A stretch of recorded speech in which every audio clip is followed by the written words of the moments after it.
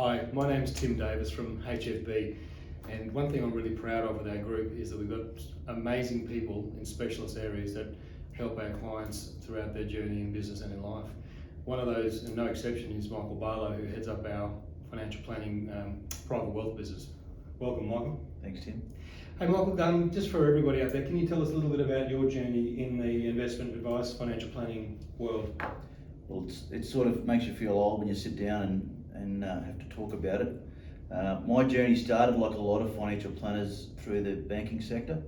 I started there as a banker, then into a financial planner, and took up some management roles in financial planning and insurance.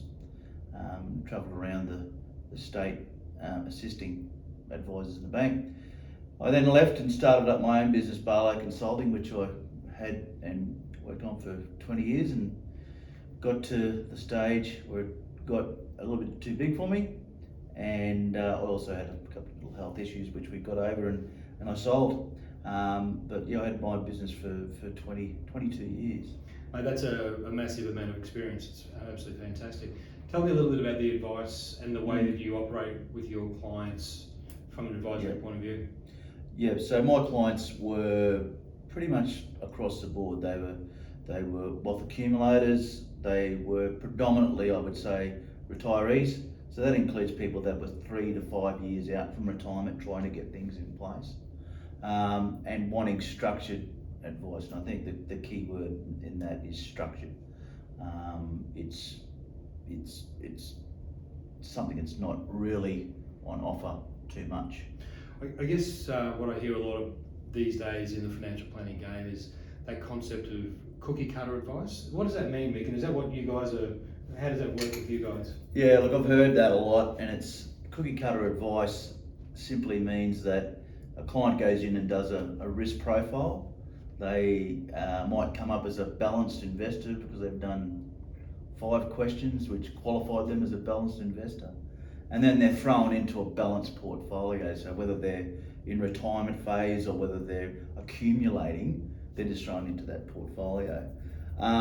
So that's where the cookie cutter thing comes in. So certainly one of the things which my clients would have backed up in the past was I spent a lot of time, especially with the pension clients, doing a risk profile, of course, but also honing in on the investments that were in that portfolio.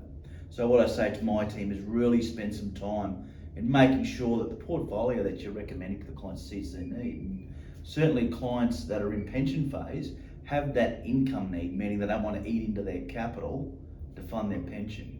Whereas someone younger is in accumulation phase, is wanting growth. So not as much income. And what I mean by income is things like dividends, rental income from properties, but the younger people want the growth because of the tax situation. So I guess what I'm hearing is the way that you operate with your clients, you're actually looking at a bespoke outcome from an investment portfolio point of view, tailored to meet every individual client, each and every client, and each of their needs, regardless of whatever phase of investment they're in. Yeah, so I'm really spending a lot of time with my team and making sure that that's what they do on an advice perspective.